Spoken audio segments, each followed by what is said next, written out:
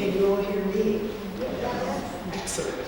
Now my plan was to make you all move down closer so that we would make sure that we have a really good exchange, but I'm going to count on you staying where you are if you are making sure that we have a good question and answer period. I'll let you stay where you are. I want to thank Felicia and the council for extending this wonderful invitation for this evening. This is a topic that I feel very passionately about. I think you'll be able to tell from my remarks and hopefully in the question and answer period. So, the theme of African Americans on the world stage is an empowering one for those of us who love history and who demand a full telling of what makes America great. As we all know, our history is full of courage, bravery, heartbreak, and unbreakable spirit. When I was a child, my father always told me that blacks in America descended from the strongest, smartest, most resilient Africans. He explained that the ones who starved, or sickened, or despaired, those without the will and the ability to survive some of man's most inhumane treatment of man, were at the bottom of the ocean. Our mistake, he said, was that sometimes we forgot that we are descended from those who survived the depravities of the Middle Passage, who survived the degradations of slavery and Jim Crow, who in the face of hate, disdain, and unwelcome, learned to survive, strive, and thrive in America. These are the lessons I learned that made me pursue my dream of becoming a diplomat and to learn about those who came before me. As quiet as it's kept, African Americans have long made an impact in advancing American foreign policy priorities, from roles as varied as clergy, activists, and intellectuals. So I'd like to share some of their history of service and success in the US military and the diplomatic corps, and also a bit of my own journey. African Americans have served in every conflict in US history. We all learned about Crispus Attucks. I know you did, I did, the first person to die fighting for independence from the British. But African American contributions to America's birth include impressive military campaigns as well. Most Americans are generally aware that the Revolutionary Army included individual African Americans as soldiers. Written accounts are understandably very difficult to come by. Many Americans have never heard of the accomplishments of the 1st Rhode Island Regiment, an all-black regiment comprised of slaves who hoped for their freedom in exchange for their service in the war. The American Army faced many setbacks in 1778, and good news was rare and welcome. This regiment bravely held their line against British and Hessian assaults for 4 hours in August of that year, and their valor and skill allowed the American Army to escape a trap and fight another day. The 1st Rhode Island Regiment fought for American independence between the years of 1778 and 1781, 3 long years. And while their comrades' bravery was rewarded in compensation after the war, this valiant regiment was rewarded by a return to slavery. In 1814, free men of color fought at the Battle of New Orleans. In December of that year, during the last major battle of what we call the War of 1812, these free men of color repulsed the elite British 85th and 93rd Regiments and helped win victory for America. And I must note, most of these free men of color were Native American, immigrants from Mexico, or refugees from Haiti and the Dominican Republic. Something to keep in mind. We know something more of the skill and heroism of African Americans who fought during the Civil War Our most famous regiment was the 54th Massachusetts Infantry, and they had their story told in the Oscar-winning movie Glory. I know many of you have seen it. Anyone who hasn't seen it, you should watch it. The performances of Morgan Freeman, Denzel Washington, and Andre Braugher are pure magic. Glory. And then there were the women.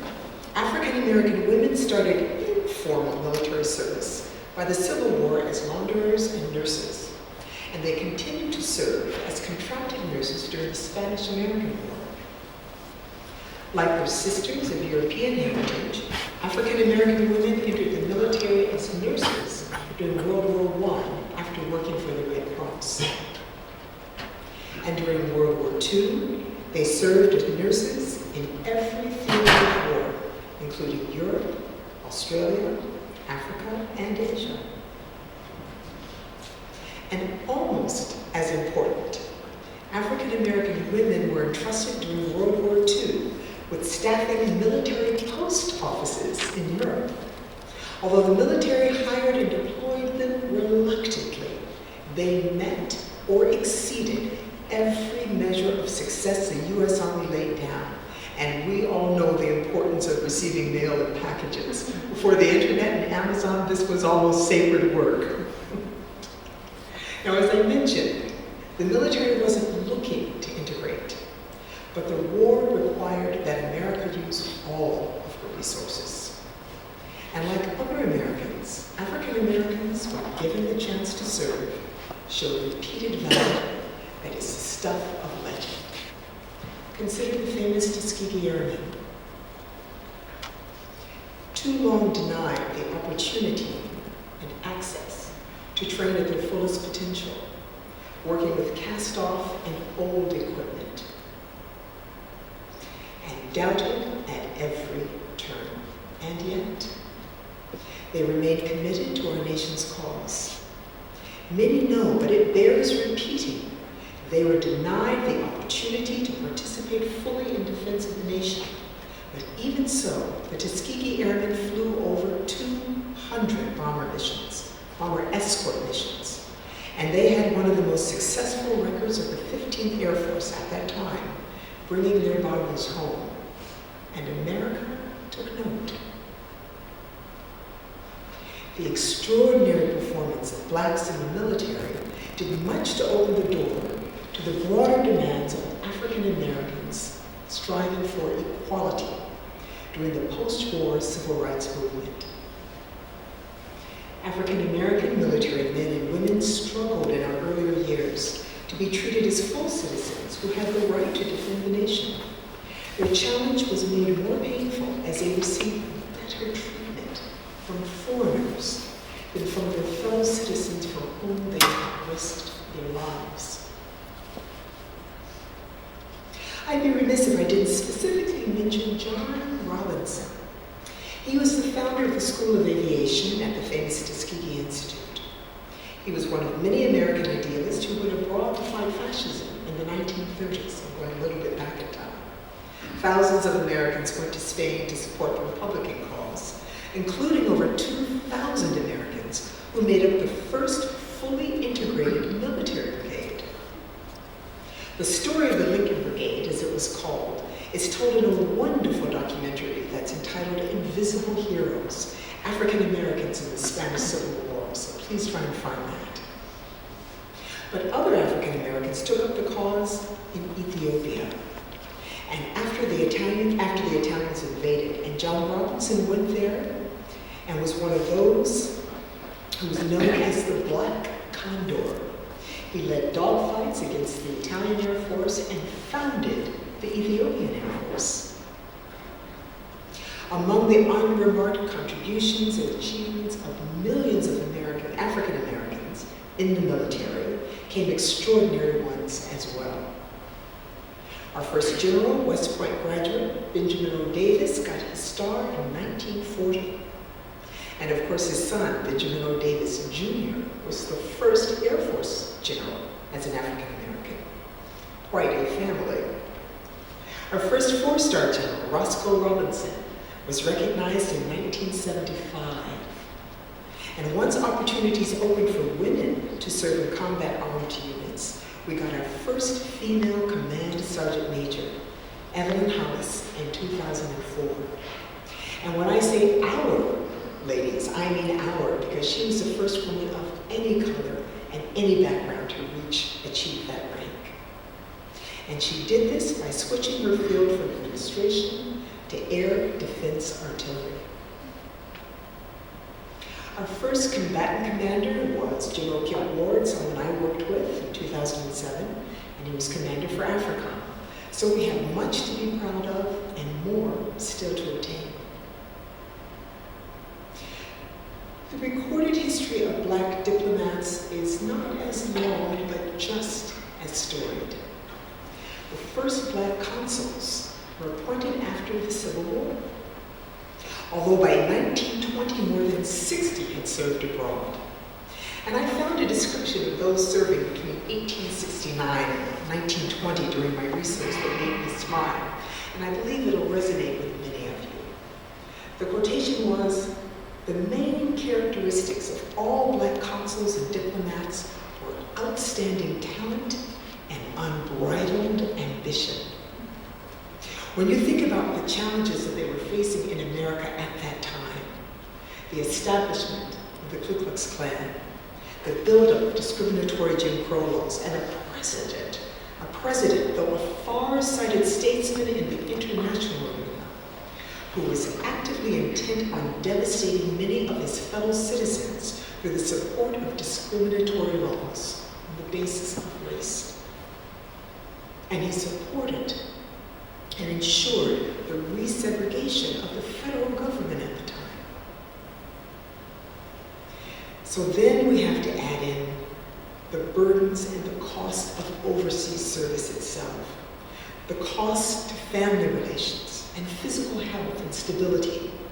So to talent and ambition, I believe we also have to add phenomenal focus, rock-solid self-esteem, and unflagging determination. The same attributes that America's representatives use today to build our success. As a result, the African Americans who made their way into the Foreign Service for most of our history came with extraordinary accomplishment. When most Blacks in America were simply struggling to get an education of any sort, our predecessors, like our white colleagues, were highly trained educators, lawyers, and businessmen. But the effort and cost of their credentials was far higher. From Henry Furness, who served in Brazil and Haiti at the beginning of the century, to Ralph Bunche, who received the Nobel Peace Prize for negotiating a fleeting peace between Arabs and Israelis in 1950. African Americans overcame resistance and served as well as any others in our diplomatic corps. And of course, our more recent luminaries, like Ambassador Ed Perkins, who helped turn the page in how we dealt with apartheid in South Africa, Secretary Condoleezza Rice, National Security Advisor Susan Rice, and General Colin Powell. I've had the privilege to work with all of them personally, but I have to say that General Powell is a gentleman whom I admire greatly for having reached the highest levels in the military as the Chairman of the Joint Chiefs of Staff, as well as diplomacy as Secretary of State. These giants in our community helped ensure we, as African American diplomats, went from being dismissed as jokes and tokens to receiving full recognition of our abilities and our contributions. From the beginning, America's representatives have held myriad roles. Some of you sitting in this room are among our unsung heroes, striving in informal and formal ways to be the best possible representatives of America. Helping our leaders make real their stated desire to have America's representatives look like America. And what is it that African Americans bring to the art of diplomacy? Is our secret sauce, as we like to say. Well, in my view, it's easy to see that our training and education has been augmented by inbred diplomatic skill. Success in America for African Americans demands dexterity and skill in navigating cultural differences with European Americans. And we begin this practice usually from early childhood, and it leaves us well prepared to navigate foreign cultures successfully as well. This is a trait that we share with immigrants coming in. And from our first envoy who protected Haitians from a dictatorial government in the 1800s, we have been eager to live American values and to promote and protect human rights around the world. From the earliest days of the last century, we have served in places like Turkey, France, Japan, Russia, and England. But some of our best work was done in Haiti, Liberia, Madagascar, and the Gaza Strip. There was a time when it was nearly impossible for African American diplomats to exercise our knowledge and expertise outside of Africa and the Caribbean. Ambassador Terrence Tottenham, someone I knew when I first came into the Foreign Service, a giant among us. He was a 5-time ambassador who finished his career as one of our 4-star equivalents. He was a career ambassador, the highest rank you can reach. He entered the service as a Japan-China expert. Those were the languages he had, the background he had, and it took him 3 ambassadorships to get one outside of Africa. We have long fought to go where our expertise leads us. And for the most part, we now go to African postings because we want African postings, not because the department believes it's the only place where we can be successful. Such overt and wasteful discrimination is now an ugly thing of the past. It has been a challenge for many of us, though, over the years, to rise above the limited expectations others have had of our abilities, and the struggle to some degree continues. During the Cold War with the Soviet Union, public diplomacy diplomats like Carl Rhode, who ran the former USIA, labored to reconcile African Americans' barriers to equality at home with the shining beacon that we tried to cast toward Africans and Asians. During the 1960s, African Americans struggled with the message that America cared more for the rights and aspirations of people in emerging democracies, more than the communists. The first African American ambassador to the United Nations, civil rights activist Andrew Young, faced impeachment when he spoke publicly about jailed civil rights activists and Vietnam protesters as political prisoners. But a part of what keeps America a shining example to the world is that, like other governments and other nations, we have made mistakes. We have behaved badly at home and abroad, not lived up to our ideals. But we acknowledge that, we acknowledge it publicly, and we continue to struggle to do better and to self-correct, because America, as we all know, is an ideal. So we continue this work. We continue to serve the nation gladly and proudly, and we have a responsibility to our predecessors to do our best and be our best. To be clear to others and ourselves about what we bring to the table, and to pull up a chair and sit down in it.